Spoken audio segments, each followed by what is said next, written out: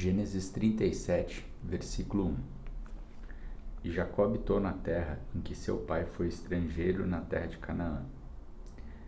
Esse versículo quer dizer que, em contraste com Esaú, que deixou a terra prometida aos descendentes de Abraão, Jacó permaneceu na terra de Canaã, demonstrando sua aceitação do presente da terra a ele e seus descendentes. Estas são as gerações de Jacó. José, sendo da idade de 17 anos, estava apacentando as ovelhas com os seus irmãos. E o rapaz estava com filhos de Bila e com filhos de Zilpa, mulheres de seu pai. E José trouxe a seu pai más notícias sobre eles. Ora, Israel amava José mais do que todos os seus filhos, porque ele era o filho de sua velhice, e ele lhe fez uma túnica de muitas cores. Enquanto seus irmãos viram que seu pai o amava mais que todos os seus irmãos, eles o odiaram e não conseguiram falar pacificamente com ele. Esses versículos querem dizer que as gerações de Jacó, que se estendem até o final do livro, constituem a 11ª e última das seções em Gênesis. O relato começa com a descrição de José aos 17 anos, a figura humana central nesta seção. Ele é o sujeito de mais de 200 verbos dentro da estrutura narrativa dos últimos 14 capítulos de Gênesis. Esses versículos introdutórios continuam o retrato perturbado dos filhos de Jacó iniciado no capítulo 35, uma vez que os filhos de Bila e os filhos de Zilpa, Dan, Naftali, Gade e Asper, portaram-se mal. O tratamento desigual de Jacó a seus filhos fez surgir grande inveja, de modo que os irmãos de José o odiaram. A túnica de muitas cores provavelmente distinguia José como um sucessor escolhido por Jacó para a liderança do clã, especialmente por ser ele o primogênito de Raquel, a única mulher com quem Jacó realmente pretendeu se casar. Versículo 5. E Jacó sonhou um sonho e contou a seus irmãos, e eles o odiaram ainda mais.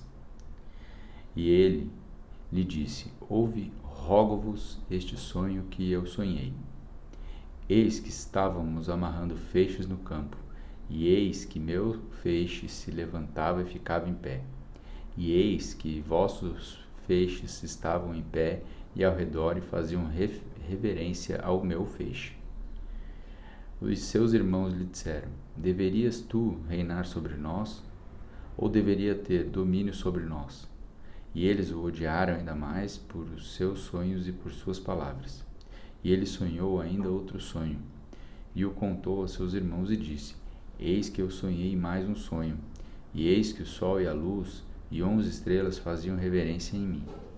E ele o contou a seu pai e os seus irmãos, e seu pai o repreendeu, e lhe disse: O que é este sonho que tu sonhastes? Iremos, eu e tua mãe e teus irmãos, de fato, nos curvar diante de ti em terra?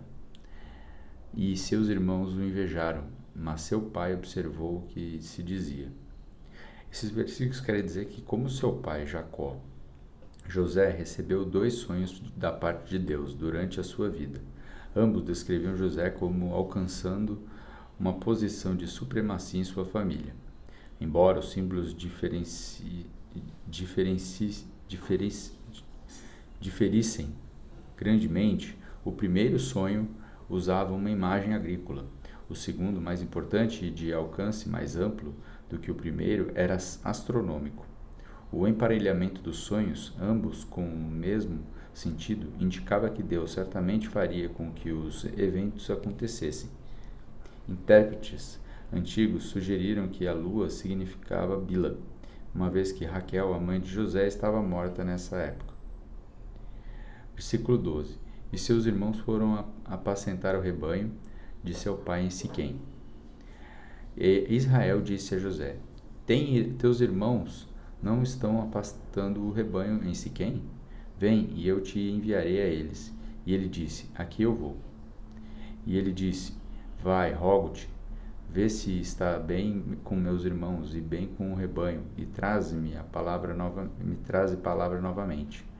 Assim ele o enviou do vale de Hebrom e foi a Siquém. E um certo homem o encontrou, e eis que ele estava vagando pelo campo. E o homem lhe perguntou, dizendo: O que tu estás procurando? E ele disse: Eu procuro os meus irmãos. Dize-me, rogo-te, onde eles estão apacentando os seus rebanhos. E o homem disse: Eles partiram daqui, pois eu os ouvi dizendo: Vamos-nos a Dotã. E José foi após seus irmãos e os encontrou em Dotã. Esses versículos quer dizer que Israel fez de seu filho adolescente José um supervisor dos seus irmãos. José, que anteriormente relatara coisas ruins de seus irmãos mais velhos, foi mais uma vez chamado para trazer notícias de seus irmãos. Ele viajou cerca de 80 quilômetros ao norte até Siquém, informando que seus irmãos tinham se deslocado. José finalmente os encontrou em Dotã, uns 24 quilômetros mais ao norte. 18. E quando eles o viram de longe, antes que se aproximassem deles, conspiraram contra ele para matá-lo. E eles disseram uns aos outros: Eis que está vindo o sonhador. Vamos matá-lo e lançá-lo em uma cova, e diremos: Algum animal o devorou, e veremos que se tornará os seus sonhos. E Ruben, ouvindo isso, o livrou de suas mãos e disse: Não o matemos. E Ruben lhes disse: Não derramarei sangue, mas lançai-o nesta cova que está no deserto, e não ponde as mãos sobre ele.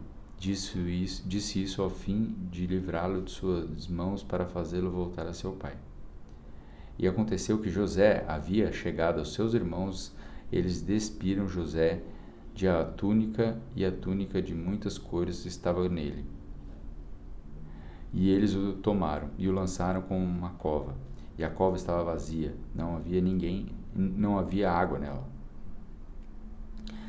Esses versículos quer dizer que todos os irmãos mais velhos de José odiavam-no e eram homens violentos, ou até mesmo homicidas. Imediatamente eles conspiraram contra ele para matá-lo, chamando-o de Senhor dos Sonhos, ou Sonhador. Sendo habilidoso também para enganar os irmãos, tramaram a mentira de algum animal selvagem o devorou. Eles o jogaram numa cisterna seca, cavada para juntar água para os rebanhos. Versículo 25. E eles sentaram-se para comer pão, e levantaram seus olhos e olharam, e eis que uma companhia de ismaelitas vinha de Gileade, com seus camelos, carregando especiarias e bálsamos e mirra, transportado para o Egito. E Judá disse a seus irmãos: Que proveito haverá para se matarmos nossos irmãos e escondermos seu sangue? Vinde e vendamo-los aos ismaelitas, e que nossas mãos não estejam sobre ele, pois ele é o nosso irmão e nossa carne, e seus irmãos ficarão satisfeitos. Então passaram ali mercadorias midianitas, e eles tiraram e levantaram José da cova, e venderam José aos ismaelitas por 20 peças de prata, e eles trouxeram José ao Egito. Esses versículos querem dizer que o fato de os irmãos de José se assentarem para comer, logo depois de se livrarem dele, revela quão descaradamente depravados eles eram. Mais tarde, José estaria livre enquanto os irmãos estariam na prisão. Mas neste dia os irmãos viram uma caravana, uma companhia de ismaelitas, que viajava para o sul no principal caminho, que ia do Egito a Damasco. Judá convenceu 7 de seus irmãos de que era mais proveitoso vendê-lo como escravo do que matá-lo. De acordo com o versículo 42, 21, José implorou a seus irmãos, mas sem sucesso. Eles o venderam por 20 peças de prata, o preço padrão por um escravo ainda jovem. Midianitas de Midian é outra designação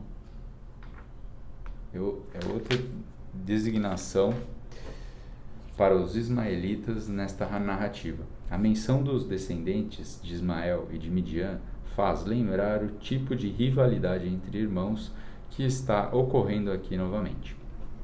Versículo 29. E Rúben retornou à cova, e eis que José não estava na cova, e ele rasgou suas vestes.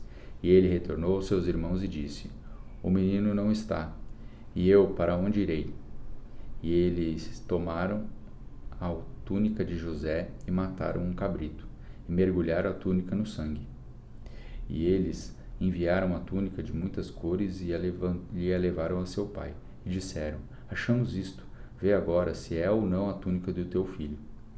E ele reconheceu e disse: É a túnica de meu filho, uma fera o devorou. José sem dúvida foi rasgado em pedaços. E Jacó rasgou suas vestes e colocou o pano de saco sobre os seus lombos, e lamentou por seu filho durante muitos anos. E todos os seus filhos e todas suas filhas se levantaram para consolá-lo, mas ele recusou ser consolado. E ele disse: Pois eu descerei ao túmulo lamentando meu filho. Assim seu pai chorou por ele.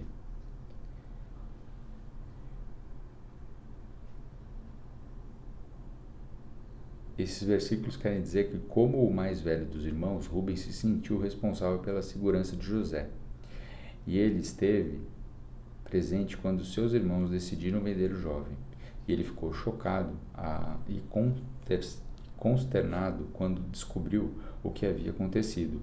Em uma manifestação tradicional de tristeza no Antigo Oriente Próximo, ele rasgou suas vestes. Jacó naturalmente concluiu em uma fera selvagem havia despedaçado José. José tinha sido o filho favorito de Jacó, e a mãe de José morrera recentemente de maneira trágica.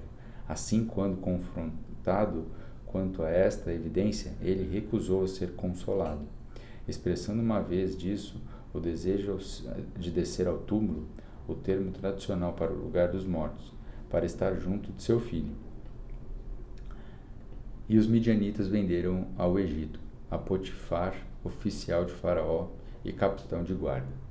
Esse versículo final quer dizer que enquanto Jacó lamentava o filho José, bem vivo, era levado ao Egito e vendido a Potifar, um oficial militar de prestígio na corte do Faraó.